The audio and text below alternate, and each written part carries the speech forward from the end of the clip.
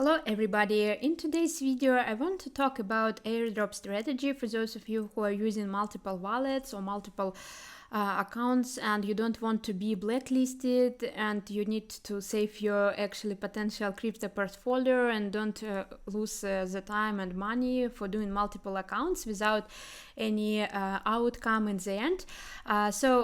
First of all, just an example, say NFT we did minted last week. They had maximum of 100k of NFTs and it was reached like in 3 days. People were very disappointed with this amount and not many people were able to do it in those days, and they said it's mostly bots and farmers, like people who are using multiple accounts did this.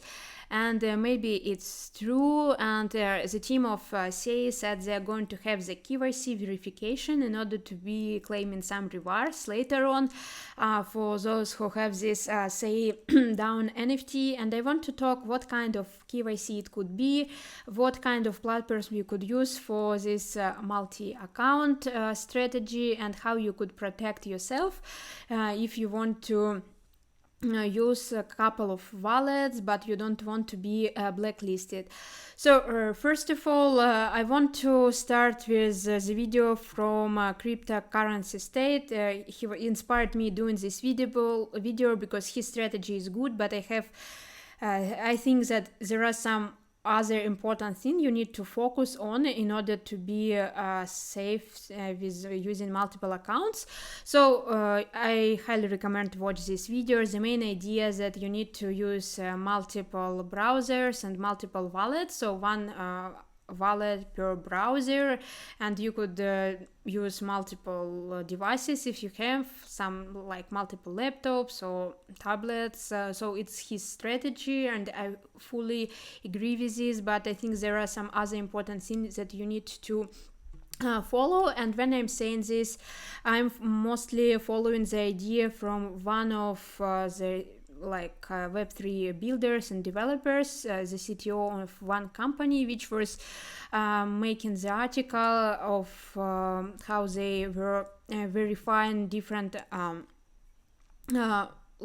farmers for their own project. I will put the link in this article in the description below, and I want to focus on how they're being cleaning this from the bots and farmers. So the most important thing, and it's something I'm confident that is the most critical one, is making sure you are not linking your multiple wallets between or together. So you don't need to send some funds from one account to another. So it's the most red flag for them. So for example, if you have wallet A and wallet B, never send it from funds from one account to another if you want both accounts to be legible for the airdrop. And for example, they will definitely see those duplicates and making sure it's highlighted in their verification. There is no only source of truth how to be legible or not, but those accounts will be it will be red flag for them if you are sending the funds from one account to another, and they did the chain of 126 accounts for their analysis which were linked together. So the best thing here is you have some sub accounts in your exchange. So for example, if you have OKEX exchange, and you could create some sub accounts and they will have multiple addresses in there, and for each specific address for your airdrop you could send money from different addresses, and don't link it. So don't send money from wallet A to wallet B, from wallet B to wallet C, and something like that. So it's the most red flag in my opinion. And yes, it's not something, if they see this transaction they will block you, because it could be some real transaction for those who are not going to blacklist, but still it's something that highlights your activity as a fraud. So other thing, if it's not platform airdrop, for we have like couple of platforms where you could some verification from the beginning. So for those platforms, you already put in your Twitter account, your Discord account, and it is their responsibility to make this KYC, let's say, and they use one Discord and one Twitter account for every wallet you are linking. So in this case, you are good to use like yours in these platforms like Galaxy, also Crew 3 and Layer 3. And in case you don't, they don't have their own platform, for example with the case of say NFT Mint, so this will, I'm pretty sure that they will have this kind of KYC verification where you need to put your Discord, Twitter, or probably email. And in this case, what is most critical when you have verification with your Discord or Twitter account, so sometimes you need just a unique Discord and unique Twitter account, but some of the platforms, they check how old is your Discord, do you have like profile pic or not, and some activity, same with Twitter account. So if you want like to me to be like well protected, so it's better to have some older Discord, and at least you need to fill some information about yourself in there, or put the pic of like profile pic and there, and doing the same with Twitter account.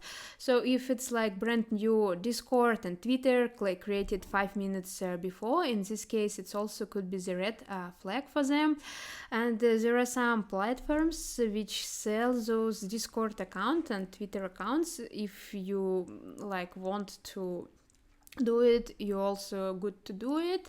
I just not suggestions, just what some people are doing. So, and for those platforms which are I were talking about, those main platforms for those campaigns for the airdrop and different tasks, I think if you were able to connect your Discord in here, your Twitter in here, in this case you're good. And those like big companies, they don't need to do extra KYC verification, but in case they're doing their own platform activity, like for example CA or Aptos.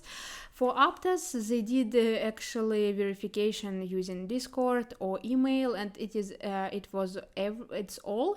But this is very big project. But this is how they were verifying us using Discord or email. So I think it's going to be the same with CA. So if you did multiple of them, so you could start doing your Discords on Twitter or buying those. And actually another important thing I want to highlight in their IP addresses, and we have this news from November 23rd that MetaMask also added a new privacy policy update, and now they're saying that they're going to collect our IP addresses and Ethereum wallet addresses when we are sending the transaction.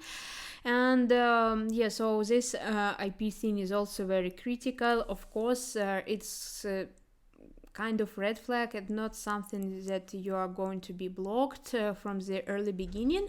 It could be a couple of multiple different people doing the same from one like house, let's say from multiple devices, but also be aware of this IP addresses thing, and maybe it's a good idea to move to either wallet or like use a VPN and some other strategy in here. I think this IP thing deserves another separate video, but it's good to make sure you understand that it's also could be part of this blacklist analysis. And I highly recommend to check the article. I will put in the link. It's not much extra information from what I was saying, but it's something from their first hand person who were part of their project who did this blacklist.